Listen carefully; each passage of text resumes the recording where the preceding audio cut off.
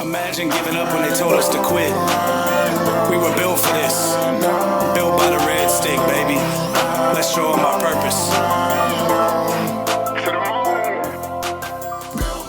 What's going on, world? Welcome back to another episode of Built by the Red Stick podcast, man. We are glad to be here. First and foremost, since this is our first time recording since the tragic events in New Orleans, we want to take a moment, shout out New Orleans, tell y'all all the families we're praying for y'all.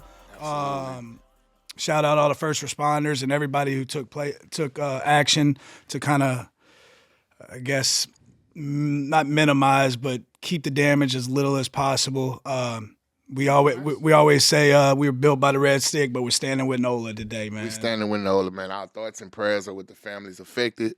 Our condolences out to the ones that, lost their loved ones. I mean, I can't even imagine, the thought process right now, what they're going through. But we praying. We here. Reach out. Built by the Red Stick page. Ronnie LaDuff, Michael Axelrod Oakley on Facebook.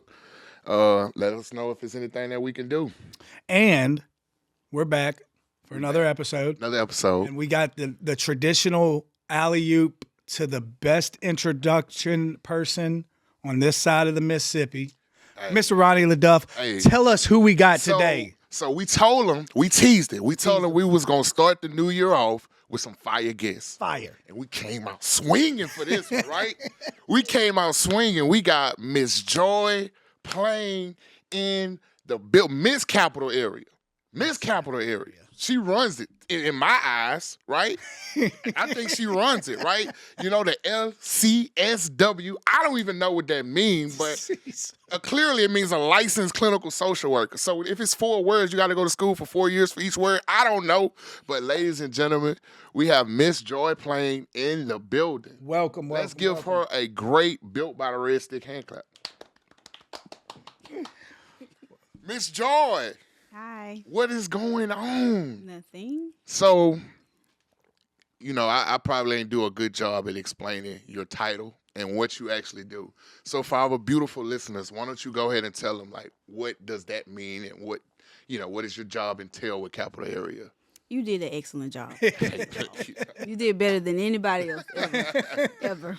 But a licensed clinical social worker is just... Well, technically, it's a person who has a master's degree in social work from an accredited university and has also passed the clinical licensing exam, which requires you to do comparable to what doctors do, like a residency. Right. So it's like a clinicals for a number of years, about 3 years is what it averages out, under a board-approved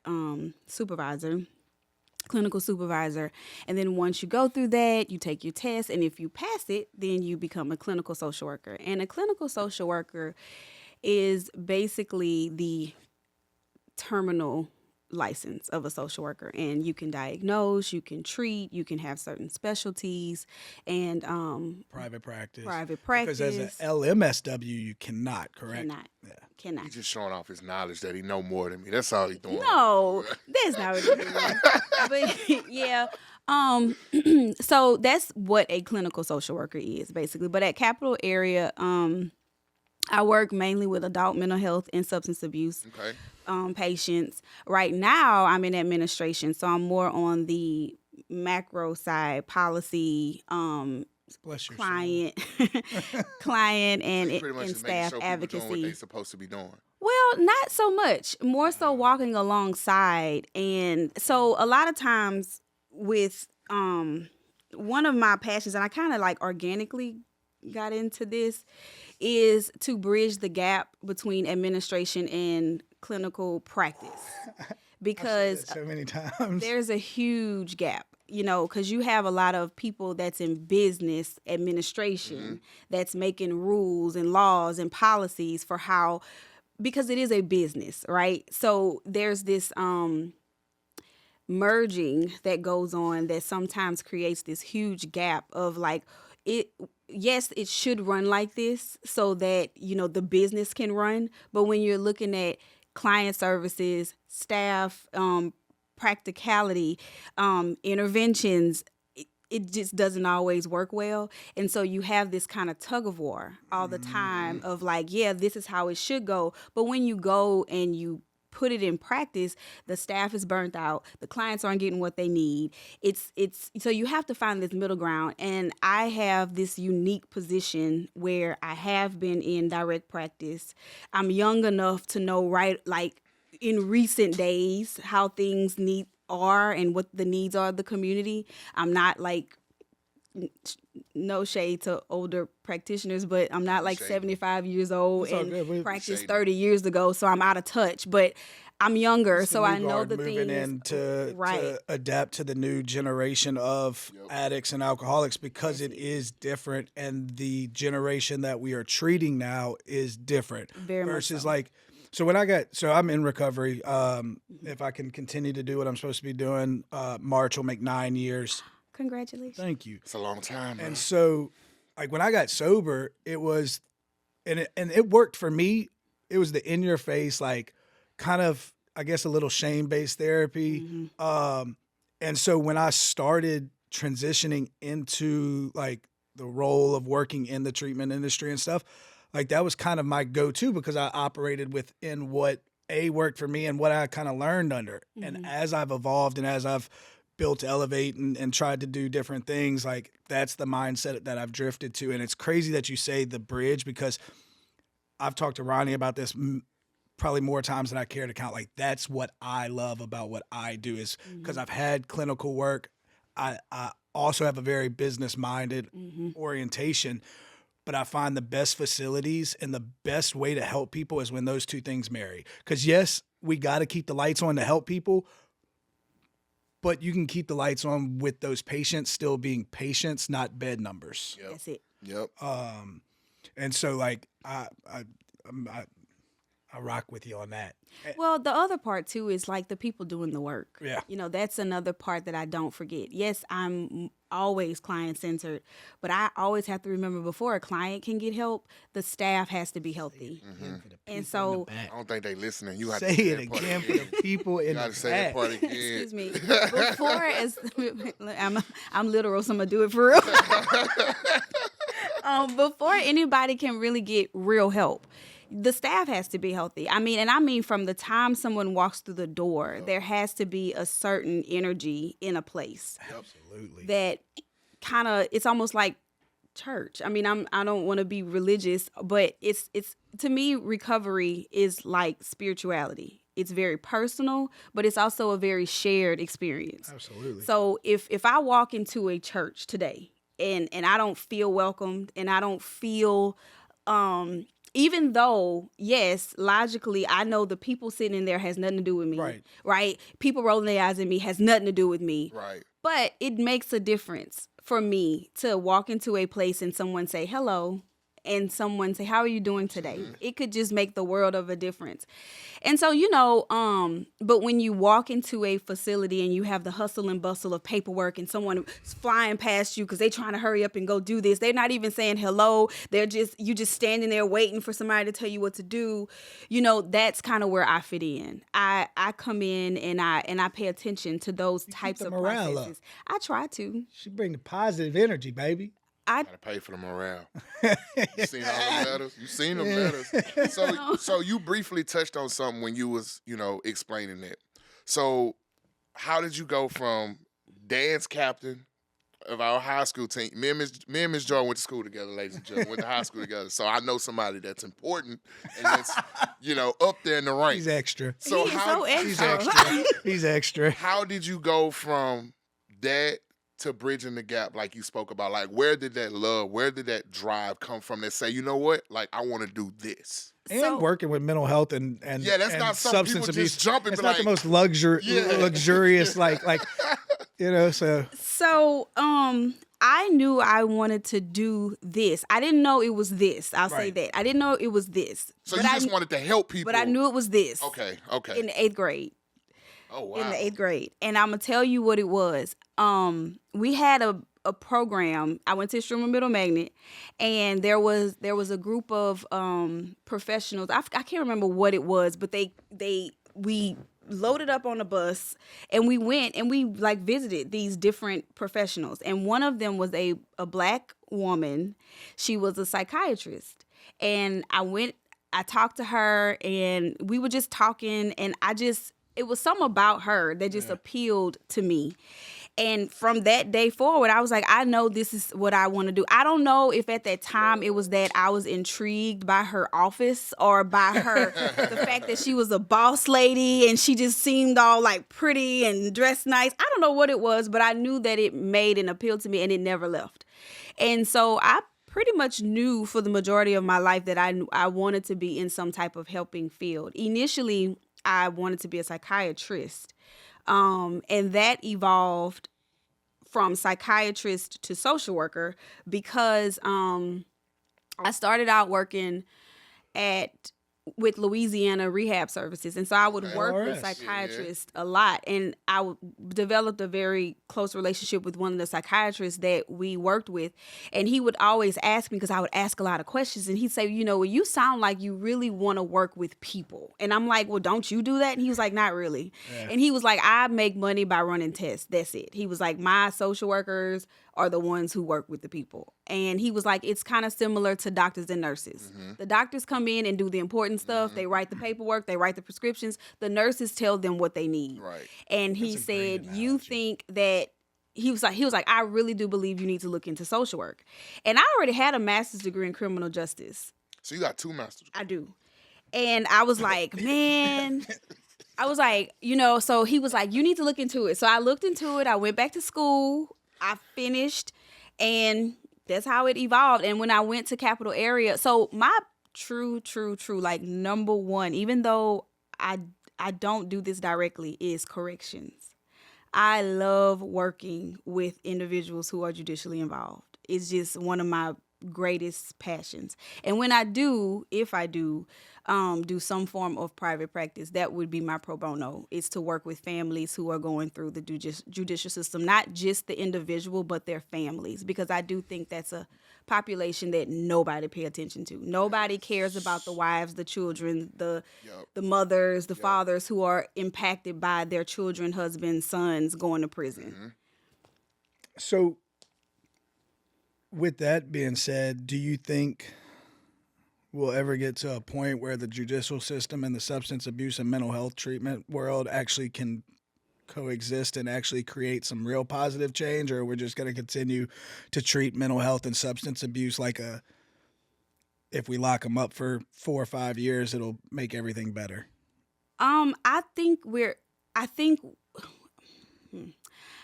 What-oh. So I will say I almost look at that situation like racism, honestly. I got you. I don't think it'll ever get better because you have people who have views who are in high places that are going to block it. Oh, look, we lay everything out on here. We've talked about it before, and in my why, I talked about the fact that I was so tired of one of the reasons that me and Ronnie started this, and one of the reasons that, so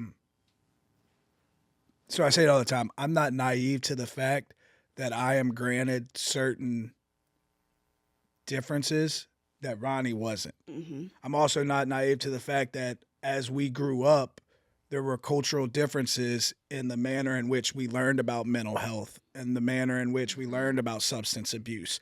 And so I talked about, like, one of the things that irks me more than anything is that we've got into this, and I know it's getting on my soapbox, and like you said, it probably will never, but if we can maybe help 1 or 2 people, cool. I'm so tired of, like, I'm gonna use the word using propaganda to promote all these things that say they're doing good just because of the connections they have. Mm-hmm. And when reality, we never actually bring the people who are on the forefront that are actually trying to fight and actually trying to have a word, have a voice for those who don't have a voice. And we don't even bring their input into the situation. We have all these meetings about all of this stuff that they want to do. I mean, every political person runs on the reform of drug abuse and mental health, and then they get into office and nothing ever happens, and we get all this money from the Purdue Pharma lawsuit and everything. And from what I've been told, and you might have information or more understanding of this than me, from what I've been told, is the Baton Rouge community still has a lot of that money just sitting in and hadn't even been distributed yet. I know it's going someplace. So I'm gonna go back, and then I'm gonna get back where we are. Oh, you're good. So on a positive note, I do think that just like race relations, we have come a long way. Mm-hmm. Absolutely. With the bridge between law enforcement and mental health substance abuse treatment. One of those things is something that I actually am is crisis intervention. Right. You know, I teach those, I train law enforcement. We also have the Bridge Center, which was something that was awesome where, so those types of things, those type of local things are like proof that we're getting somewhere. Definitely. But on the grand scheme of things, and when we're looking at helping masses of people, we have to look at it from all angles. I'm a realist. I'm not a bleeding heart social worker, okay? I am a person who is going to say it like it is. And the truth is, there are some individuals who need to go to jail. There are some individuals who have to go to jail. Absolutely. Yeah, we were not knocking those. Yeah. Now, this is so stacked that it's kind of hard to explain it.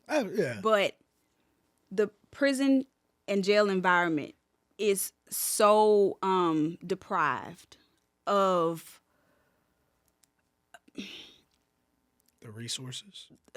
the resources and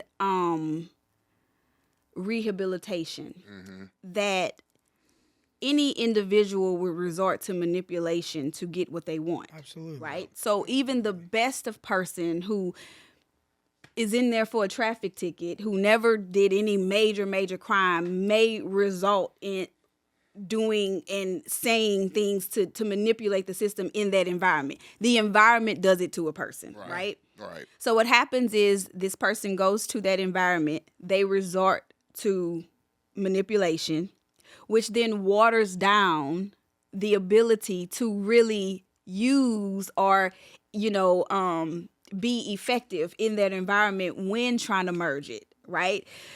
And anytime you have one person, especially in that environment, when you have one person because they're looking for it, that's the culture. And I respect law enforcement. I respect everything that they do. I understand that if somebody punched me in the mouth, yes, I'm calling the police. So you and me, you and me both. To call the cops now, right? So because that's the argument. It's like, who you call when you in trouble? You right, the police. Right. I mean, who else? My husband and the police. I don't know who else. And I might just call, because I'm scared to call my husband. They might arrest him. I don't know. So I'm like, but the truth is that the culture of law enforcement in general is that they're looking for the things that are wrong. That's their job. Right. They're looking for, because I'm oblivious. I'm like a little puppy dog walking down the street. Don't think that I'm going to get shot. Don't think I'm going to get stabbed. Don't think I'm going to get robbed. I don't have that on my mind. Well, I do more now today than, but in general, I'm not walking out of my house thinking something's going to happen to me today. Right. But a law enforcement officer, they get up in the morning to go find what's wrong. Yeah. And so you can't turn that on and off, right? So in the corrections environment, that's how that is too. They're constantly looking at what's wrong with this. So the first person in that environment that takes advantage of the system, it's like, cut it out. Yeah. We're not doing it. Yep. It's not going to work, right? So we have to hold the individuals accountable too for why it kind of doesn't work as well. And then you have to also look at, because I work on the other side of it too, where when you get out of prison, when you get out of jail, they refer you to Capital Area or some other treatment facility to try to get you back on track. Now, there's some bureaucracy going on there and some red tape to where it does make it a little harder for those individuals. But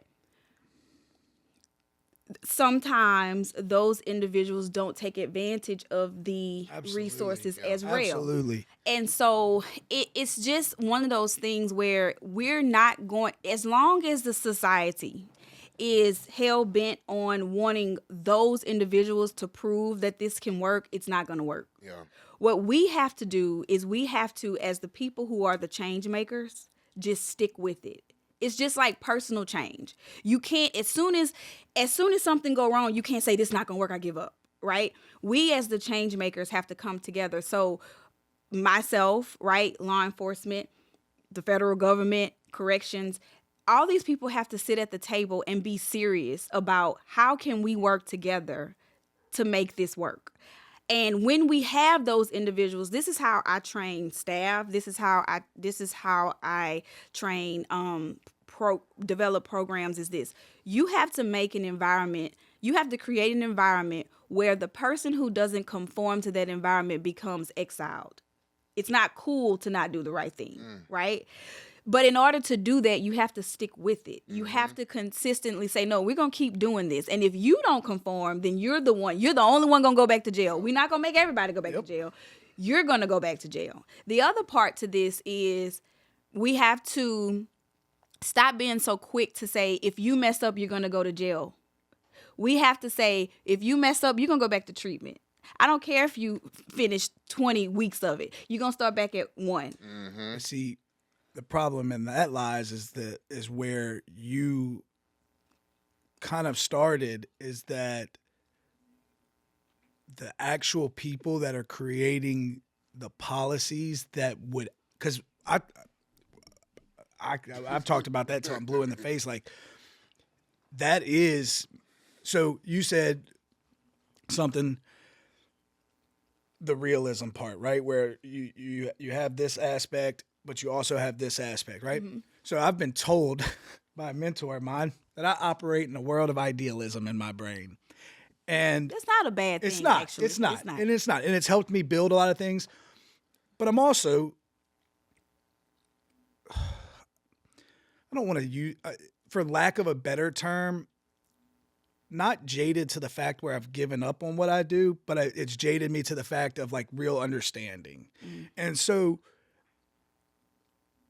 I that's where the policymakers and the people and the big, really big industries that have created the mental health and the substance abuse and the institutions, and because it all similarly runs together, have created this problem where if John Doe goes to prison, sometimes if he's been in prison for a year or 2 years or sometimes even 6 months, if he gets out and isn't testing negative for a substance, it's close to impossible to get substance abuse treatment authorization through insurance.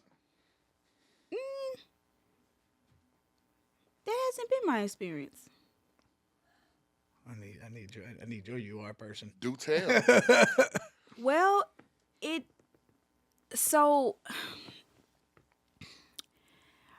depends on what they're testing positive for. I'm saying if they're not testing positive. Oh, if they're not testing positive. Yeah. Yes, right. That's right. Yeah. Right. I'm right. sorry. I misunderstood what you said. So you're right. So you're they right. spend 6 months so in what jail. do they, so this is a clinical question now. Okay. So what do they need treatment for? Because the substance in strict addiction treatment, the substance is just a byproduct. And that's where the confusion, I talked about it, that's where the confusion of the 30-day treatment model has been confused with actually what real treatment is. Yes, 30 days is enough for you to get off the substance. That's it. But it's not enough to actually do the work. So let's look at it this way. Mental health treatment, if you're not actively using, okay, so you have your psychological and your physiological, right? Addiction is a disease. Absolutely. That is physiological. And the physiological part of it, which is the cravings, is what leads you to using, okay? Now, there's a psychological part of it where if I get upset, that then leads to my cravings. Then I want to use, right? So if I'm not using yet, But I feel like, because this is what I usually run into, I'm not using yet, ma'am, but I feel like I'm headed there. And that is a big thing. I have had knockout, drag out fights with authorization. Yeah. Like, listen, this person gonna die if you don't. But what has to happen is I have to say, okay, listen, you're not eligible per insurance. You're not eligible for residential treatment because that's what they want usually. They're like, I need to get out there. I need to go in, Yeah. So I'm like, listen, you can't go to detox. You can't go to residential. But what you can do is this. They will pay for mental health. So you need to deal with your mental health. You need to deal with what is causing the cravings. So when you look at it from a treatment standpoint, it does make sense in the sense of, yes, you have cravings. However, we can't deal with the cravings without dealing with what's causing the cravings. Absolutely. So I need you to start with mental health. If I can get you here every day with me to deal with what's causing your cravings, we got to figure that out, right? So that's kind of where you start. And a lot of treatment providers don't take the time to do that because they're kind of in the hustle and bustle of, okay, you say you need substance abuse, you're not eligible, move on, right?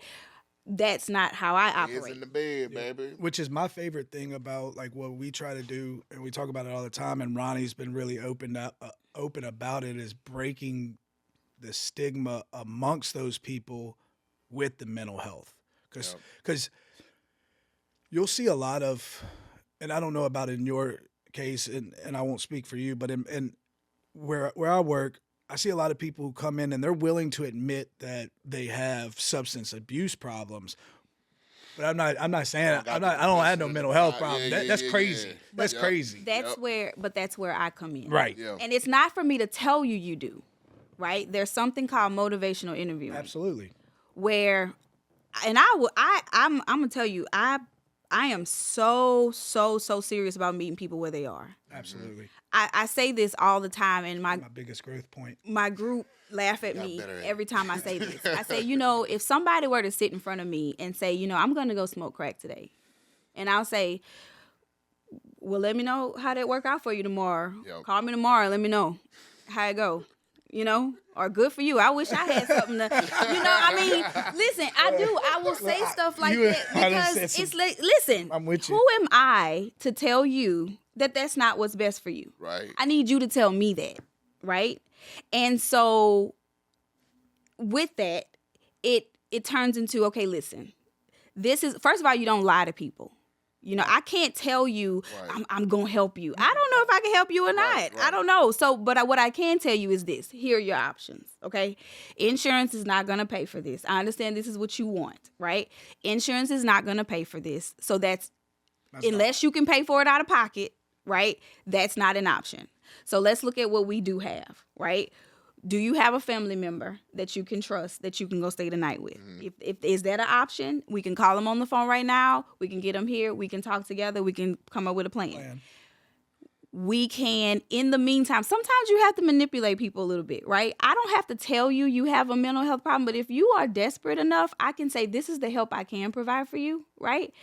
I can have you come in and see me for an hour once a week until we can talk about what's going on in your life, right? And then they say, okay, that's great. Let's do that. And you know what? In those weeks that we talking, then we start to, okay, so how are you feeling? What happened in your life? And then we start to educate on, well, there's a word for that. There are feelings that let's look at this book right here and let's read. Chess while they playing checkers. Right. Yes, it's indeed. and because it's all in the way you present something to someone. If you're right, if somebody were to tell me like today, oh, you're depressed, I'm like, no, I'm not. Right?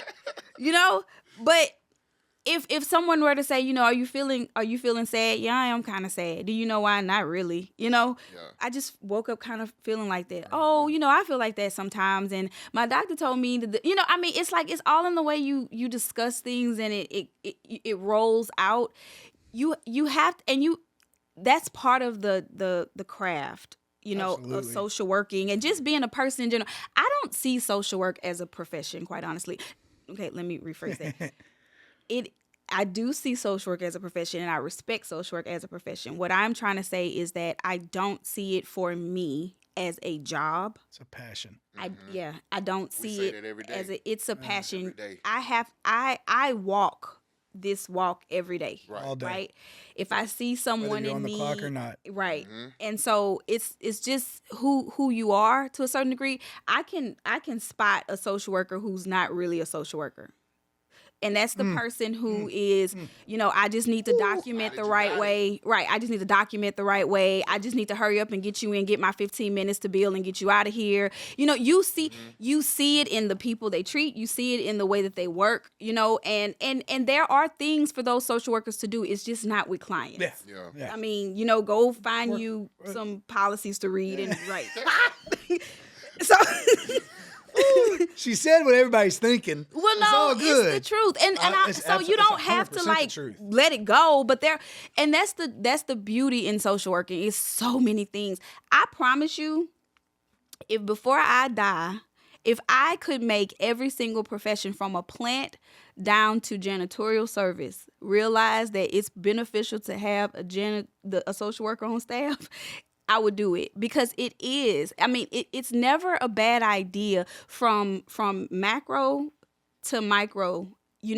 Leadership, they need people to help with, personality, emotional intelligence. Understand, you have to know how to be grounded if you're going to manage other people, right? I just became a supervisor not too long ago, right? Maybe like a year and a half or so ago. And I went through so many changes during that process that I had to learn so much about myself. And a lot of it I didn't like about myself. I had to learn, like, I take stuff too personal, or, am I really right? Am I did this, you looked at me, I was going to tell on myself, bro. No, like, did this person really do something wrong, or is it that I just didn't like it? Yeah. You get what I'm saying? You have to learn these types of things. So, people need people. Absolutely. And you don't need people all the time to just talk you up. Sometimes you need people to tell you when you need to be better, I say, listen, and I'm...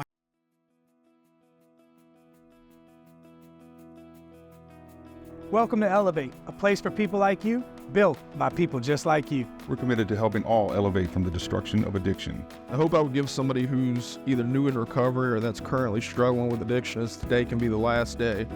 That you struggle the last day, that you wonder how you're going to have to chase down that drink, that fix, whatever the case may be for you. At Elevate, we embody more than treatment. It's about passion, love, understanding, truly being your partner on your path to recovery. Our staff treats substance abuse and co-occurring mental health disorders with a multidisciplinary approach to best fit our clients' needs. We all just embrace each other. We genuinely care, check up on each other, and it's not an act. You matter. You're more than what you've allowed yourself to assume you were. When perseverance, hard work, and dedication meets, success happens. At Elevate, we have a variety of programs to fit our clients' personal needs, such as intensive outpatient, and the aftercare program. If you or someone you know is struggling with addiction, give us a call. Elevate. Do more than recover. Leave a legacy. I probably don't deliver it as nicely as she did. You're making this episode about him. You gave him so much ammunition. Go ahead. Go ahead and say I'd say that all the time, is that this world has gotten to the point where we've made it not okay to tell people when they suck. And I said, that's probably not the best delivery. No, it is. Like, me and Ronnie, no matter what's going on in our lives, so we've known each other coming up on 6? It'd be 6 years in April. 6 years. Yep, 6 and years in April. The relationship and the bond that we've had, we talked about it the other day, is built on the fact that, when he was young in his recovery, I held him accountable. Mm-hmm. And then as he grew and as we developed a friendship, like, he's not scared to be like, Mike, what the hell are you doing? Yeah. What are you doing? Just this morning. And so, like, that is the importance of a real friendship. And then going into the field is like, which this is the first time meeting you, but I could tell just you had the good ones have an ability to tell the truth and deliver it in a manner that shows them that they're messing them up, or messing up, but also builds them up at the same time, because they don't have to be mutually exclusive. They can come together where I can lay out some truths for you that are gonna hurt, but you can tell that I'm doing it with a genuine desire to see it build you up in the future. Right. And like you said, that goes past social work or counseling. That goes into just humanity and creating a better future for ourselves as our kids grow, and creating a I don't want to say world, but creating a community. It is a community that is looking out for each other. People have to understand that, like, we depend on each other. Absolutely. You depend on people you don't even know. And if you can keep that, when I'm working with individuals, like, first of all, I never take for granted what people know and what they don't know. You mentioned earlier, like, that you never take it for granted that there are some resources that you may have had that other people don't have or didn't have. And so you never want to assume that a person knows something. You know, I never assume I know everything. You know, there are certain things I don't know and never heard of, right? Absolutely. And when I learn about it, I try to learn as much as I can about it so that when I do encounter it again, I can be informed, right?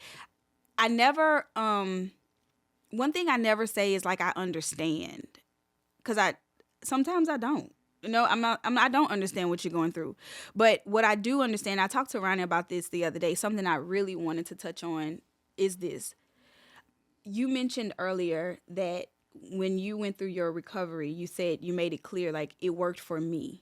And that's so important to say that, because every individual is different.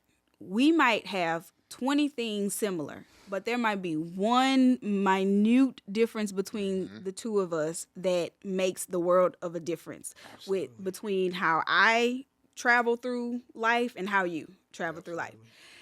So in recovery, it's the same thing, right? I think one of the things we do as a society that holds us back with progress is we like to group people together and say, okay, if y'all have this one thing in common, then all of y'all need to be grouped together, and all of y'all need to do the same things, and it all should work. And if it don't work, then you're the problem. You did so, yeah. That's right. And that's not true. It's like you have to pay attention to, it's like your children, right? You have two children who have the same parents, right? Same house. Most of the time, not all the time, but most of the time, let's just say, for the sake of our study, same house, same parents, same experiences for the most part, okay? Two different children. One of them hard as nails. You can curse them out, push them down, twirl them around, throw them, and they pop back up and say, love you, and go on about their business. The other one, you look at them too hard and they fall apart. Yep. They can't take it, right? You have to pay attention to that. My children help me. My children and as a matter of fact, it's so ironic, because the people who I'm supposed to be in the world to help are the people who help me the most. My children and the people that I help at work, my clients, I learn the most from those individuals, because I'm going to tell you, they taught me how to adjust for people. I can't be, one thing I don't like is when people say, oh, that's just how that person is, right? I don't get down like that. Right. I get that's how you are.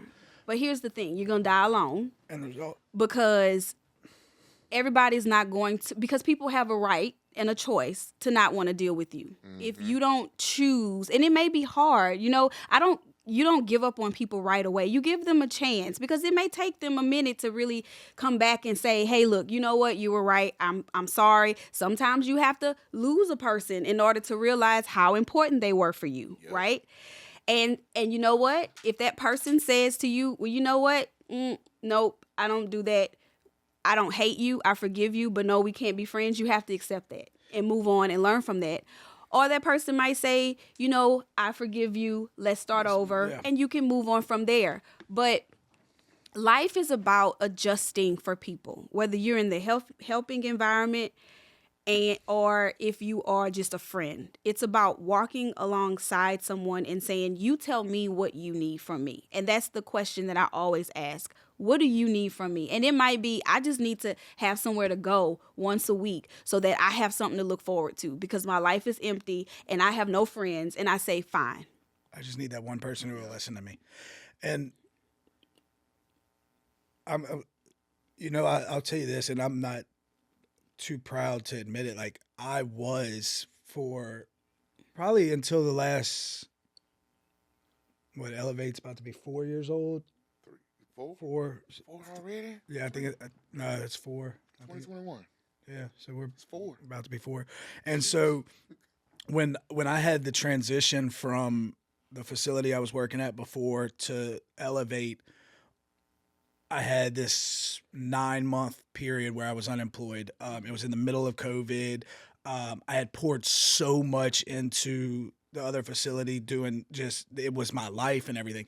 And so I took a long time to like really look at my stubbornness and how it created that and how it put me in the position. Like, yes, there were circumstances that I don't agree with still to this day, but I also recognize my role in that. But I was the like hard-nosed, like, we're gonna do it this way, you're gonna do it my way, and if you don't, I was the abstinence is the only way. I was that person. And over the last 4 years, I've spent just with mentors and with people in the community and with people like Ronnie and just all the people in my circle and myself adapting and changing, because that is the name of not just work environment, but life. Like, as I get older and as I grow, and especially in the field that we all work in, like, you shut yourself off to being of service to so many people by only thinking there's one way to do it. That's it. Like, and at the end of the day, are you really in it to help people, or are you in it to make a buck? Because if you're in it to help people, there is no cookie cutter way. Well, that's arrogance. That's arrogance. Absolutely. And I mean, was an arrogance. Yeah. Trust me. That's arrogance. You can't. There's so many different ways to cut a pie. Yeah. And you still get a piece. So you can't. Your way is not always the best way. Absolutely. And if you really believe, don't get me wrong, life is about like balance, right? There are some things you gotta like stand tall on and say, listen, I'm not gonna budge on this. This is what it is, right? But there are some things where you have to be able to step back and say, you know what, listen, can we accomplish what we need to accomplish by doing it a different way? Right. That's really what you just need to ask yourself. Like, is this really something worth fighting about? And a lot of times the way that I kind of get to that conclusion, and it's kind of extreme, but we like extreme. I say, if this person were to die tonight, it don't matter who it is. It could be a person I barely know. It don't have to be a family member. It could be, because I care if anybody were to pass away. So it's like, if this person were to die today, or if I died today and I wasn't here tomorrow, would this issue be that big of a deal that I have to fight with them today about it? Right? That's kind of where I get to that place where it's like, you know what? No, it really isn't that big of a deal. I can figure this out another way, And that's when you're talking about clients, talking about people you're helping, because you have to think about it. Is this something that I have to just risk you going home and overdosing about? Is this the sword I'm willing to die on? Seriously, and ultimately it's your choice. That's the truth. I can't go home with you. I could bring you home with me and you could still overdose in my house. It just is what it is. I can't. In mama's house. I can't save you. And I think that's what we have to be, we have to hold people accountable. Right. We have to, like you said, have that balance of, listen, I can help you as much as you allow me to help you, right? As much as you hold yourself accountable, I will be here tomorrow. That's what I can promise you. But I cannot save you. So Ronnie used to pick on me about this all the time. And I think he's started to, as he's become a big dog and and marketing and everything. People used to catch me, at different places and be like, "Man, Mike, you saved my life," and it cringed me. Really? It did, because tell I know about the time when I did that to you and you ignored me and walked away. I was super early in recovery. That could have killed me, bro. You said full of it. You could have sent me out. I could have. The reason behind it, though, is because I'm a firm believer that when the student is ready, a teacher will appear, and that teacher will come in any manner. I just happen to be the one at that time. That's a good one. Like, and like I said, over the last, so I've been working in the industry for almost 8 years. I started as a maintenance man and worked my way up. Mm-hmm. And so over those years, I've had emotional growth and gotten to a point where it doesn't cringe me, and I have the ability to say thank you. Because like you said, normally I just whatever, and just you ain't even do that. You ignore me. Okay. Go ahead. We listen. But it's just important that like you say, like, I can help, but it's a we thing. So one of my mentors, we had him on like 5 episodes ago. A couple episodes ago.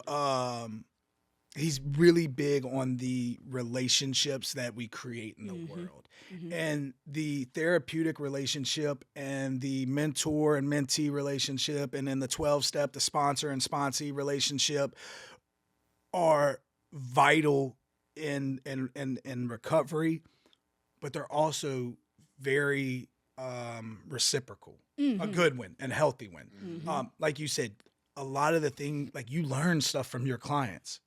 I've learned stuff from my clients. I've learned stuff from my employees. I've had clients become employees who become friends, who become brothers. Yep. And so, I think that good emotional awareness, and like you said in the very beginning, which I couldn't agree more, if you could convince every industry from top to bottom to have a social worker, to have somebody, because like you said, a healthy staff in any industry creates a successful business. Mm-hmm. And especially in the treatment industry, because a lot of counselors and a lot of administrators and a lot of people in this industry do get burned out fast because of the death, the recidivism, the secondary trauma. Yeah. It's just you have to learn how to pay attention to the things people don't say, and that's kind of the part of leadership. You can't pay attention to what they don't say. Yeah, I mean, your people's actions and the way that they are walking through life can tell you a lot about them. They'll let you know they're burnt out, or that they have something going on. So I want to touch on something. You kind of alluded to it, and when you just said that, this is my segue in there. So people that look like us, right? Us as in black? Yeah. Oh. Well, people of color. We live on TikTok, so it's certain words we can't say. Oh. People of color. Look at me. I'm sorry. But that's on the paperwork. It say black African American. I know. Tell that to TikTok. You hear that TikTok? For real? This is a licensed clinical social worker. Dang it. Sometimes. You can't. Yeah. Shut up. I hope they don't take our video down. No, we good. We good because we cleaned it up. You see what I'm saying? I like your black shirt you got on right now. Yes. So people of color, right? We grew up taboo. Like, we didn't talk about what was going on. Like, we went to church, we prayed some more, and we kept it in-house. Like, we didn't know how to, if we had depression or was battling anxiety or bipolar or schizophrenia or things like that. Mm-hmm. And so what has been your experience on the professional side of it? Like, people that look like us, like, is that still a thing, or is like that corner finally turning? Again, I think it's getting better, especially with like partnership with faith-based communities and pastors and priests, just kind of being a little more aware of the worldly challenges that we have and the things that, is it okay to say God? Yeah. Yes. Okay. Yeah. Yes. We say it all the time. Okay, good. So God, or whatever spiritual, belief that you have, it works through all things, right? From the leaves down to people. Right. I think that at one point in life, especially in the African American community, it was more so like that God was this mystery, right? And there was this mystery powder dust that was going to sprinkle upon you and cure you, right? There was, for some reason, it skipped over the fact that God works through people, right? And so there are professionals, there are people, and in any profession, there are people that don't do right. I mean, you can't give up on something just because you got bad apples and stuff. Right. But same thing goes back to, like you said, with the law enforcement. Exactly. Or the you prison can't, system. correct. You can't just give up on stuff. You have to be a change maker. That's my thing. When you see a problem, don't get intimidated. Talk it. You don't be intimidated by the fact that nobody's going to listen. Right. You just got to say it, you know? You just have to say it. Say it because everything, where we are today, right? Somebody said it 50, 60 years ago, and nobody listened. And that person probably dead and gone before it comes back up. And they're like, oh, this person is this, you know, I mean, seriously, right. I might be, it might be 100 years from now and this podcast pops up and it's like, look, this person's been saying this since 19 something. I was just about to say 2000 something, right? So, I mean, you just never know. So you just have to say it. You just have to believe that it's a problem in the African American community. Big one. And I think, okay, so we went from this pixie fairy dust of God's gonna heal you, right? I think we're getting better with that because we are really making partnerships with faith-based communities for the pastors and priests and leaders of these institutions to encourage people to get the worldly help, right, and to help people to reframe the way that they see that help as, look, God's working through these people. This is something that, you know, just like you have doctors, you have, you know, I think that the problem is that you can't see mental health a lot.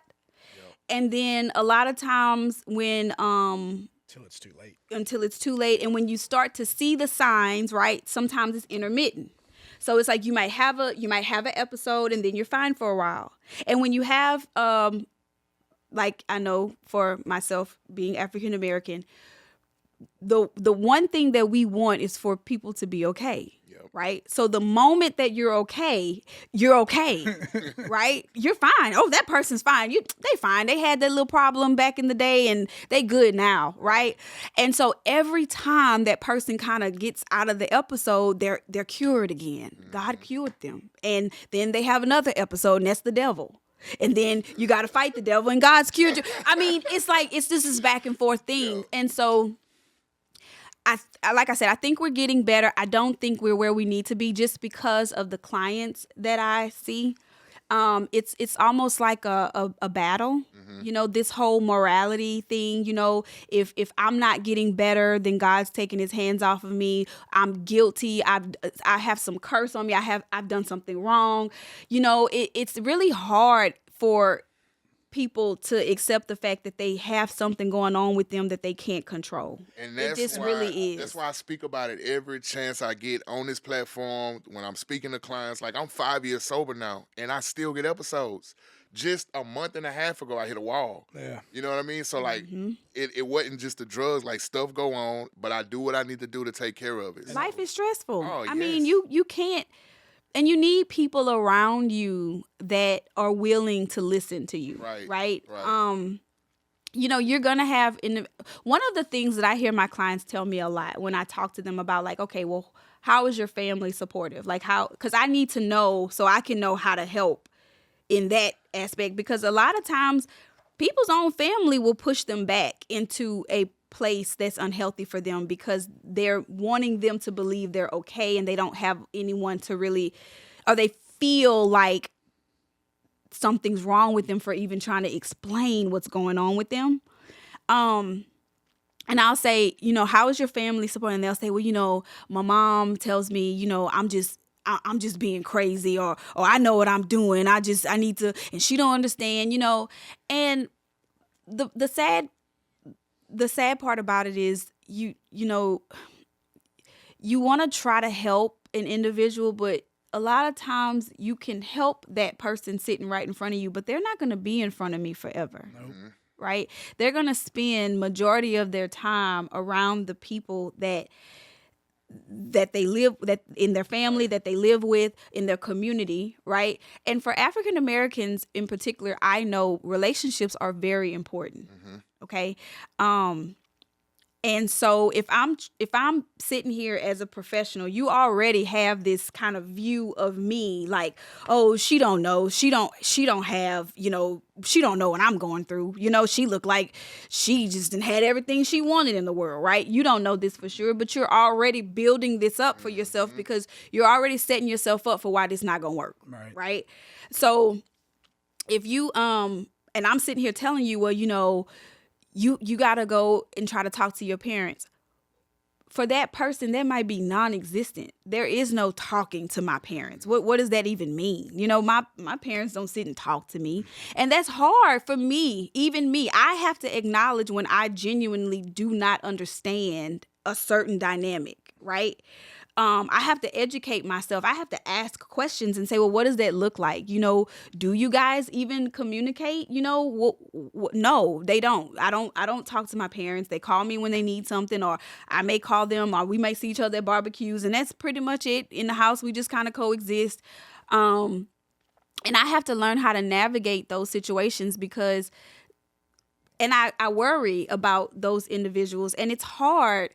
You can't tell a person that these people are not good for you. You will lose them. Absolutely. You will lose them. So you can't. So it can be difficult at times, but I think that we are getting better as a people, especially with mental health talk. I mean, listen, TikTok with all of it is not really right, but at least it's awareness. You know what I mean? At least it's putting it on people's minds to say right. it's not. I know. Look, I see some stuff. I'm like, what? The thing that gets me now is like everybody's a narcissist. Oh my! I had that conversation with someone the other day, but we're not gonna get into all of that. Yeah, but it's like, but my thing is, I do like the fact that it is becoming an awareness, and it's being normalized that there are things that can be wrong with people, and we can acknowledge them, and there's help out there for you. You just have to go and get it. The other part, the last part, answer to your question is the fear of airing dirty laundry. Even me, you and I'm talking to y'all, and y'all understand everything I'm saying because you're in the field, right? But if I'm talking to a person and I'm kind of acknowledging that this person doesn't have a certain type of support, or they're kind of realizing, based on the questions that I'm asking, I don't have a certain type of support from my mother, my father, my sister's brother, whatever. Well, you also have to realize how hurtful that is for a person, and how that could also help make them shut down, because you must understand that for that person that's making their family member look like they're not good people. Yep. And that's not what you want people to see about your family, right? So then you might start lying and saying, oh, no, we talk all the time. Yeah, they're very supportive, and it's like, okay, cool. So you just have to navigate that, especially one of the things, I'm getting my doctorate at Tulane, and my research is on African American. Glad we got you when the price was low. No, and I only said that not to make it about me, but I only said that to say my research centers a lot around African American specific interventions and understanding how the approach to helping African Americans has to look different. Yep. It cannot look the same. Yep. It's not the same. It's not the same.